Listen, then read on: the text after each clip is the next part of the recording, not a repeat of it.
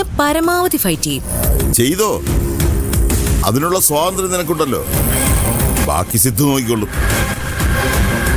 ഒരു വഴിയും കണ്ടില്ലെങ്കിൽ ചെയ്യേണ്ട എന്താണെന്ന് എനിക്കറിയാം. ഒരു കത്തെഴുതി വെച്ച് ഞാൻ അങ്ങ് ആത്മഹത്യ ചെയ്യും. നിങ്ങളുടെ എല്ലാവരുടെ പേര് ആ കത്തിലുണ്ടായിരിക്കും. ഭീഷണിപ്പെടുത്തുകയൊന്നും വേണ്ട.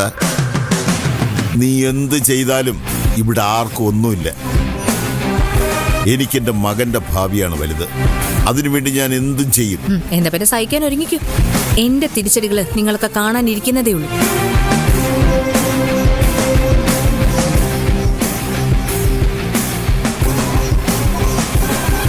നിത്യേ, നിത്യേ, നിത്യേ.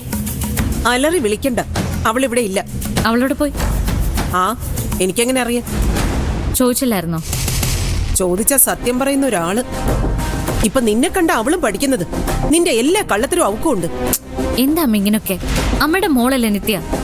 മോളായാലും മരുമോളായാലും അമ്മമാര് പറയുന്നത് അനുസരിക്കണം. അതിന് തയ്യാറാവാത്തവരെ അങ്ങോട്ട് സ്നേഹിക്കാനൊന്നും എന്നെ കൊണ്ട് പറ്റില്ല. ശരത്ത് എവിടെ? അവനിവിടെ ഇല്ല. എവിടെ പോയി? എനിക്കറിയില്ല. രണ്ടുപേരും ഒരുമിച്ചൊന്നും അല്ല പോയത്. ശരത്ത് പോയതിനു ശേഷം ഒരുപാട് കഴിഞ്ഞാ നിത്യ പോയത്. സാധാരണ എവിടെ പോയാലും അവൾ എന്നോട് പറഞ്ഞിട്ടാണല്ലോ പോവാറ്. പക്ഷെ ഇന്ന് പറഞ്ഞില്ല. അതെനിക്ക് പേടി. പേടിയോ? എന്തിന്?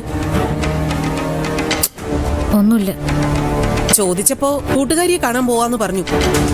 എനിക്കറിയാം ആ പോക്ക് അതിനല്ലെന്ന്. അതുകൊണ്ട് ഞാൻ കൂടുതലൊന്നും ചോദിച്ചില്ല.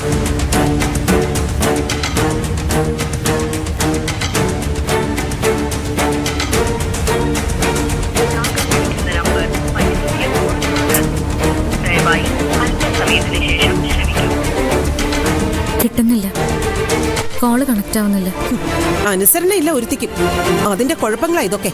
അവളെ ഇതുപോലെ ആയിട്ടുണ്ടെങ്കിലേ അതിന്റെ മുഴുവൻ ഉത്തരവാദിത്വം നിനക്കാ. നീ അവളെ ഇത്രയും വഷളാക്കിയത്. എത്ര അച്ചടക്കമുള്ള കുട്ടിയായിരുന്നു അവള്. ഞാൻ പറയുന്നത് എന്തും അവൾ അനുസരിക്കുമായിരുന്നു. എന്ന് നീ ഇവിടെ കാലുകുത്തിയോ അന്ന് തീർന്നു അവള് ഈ വീടുമായിട്ടുള്ള ബന്ധം. എന്തിനാ അമ്മ ഇങ്ങനെ എപ്പോഴും ഇങ്ങനെ കുത്തി പറഞ്ഞുകൊണ്ടിരിക്കുന്നേ? ഞാൻ അന്വേഷിക്കുന്ന നിത്യ. നിത്യ അമ്മയുടെ മകളല്ലേ? പക മൂത്ത് നടക്കുക ശരത്ത്. അതാ എനിക്ക് പേടി.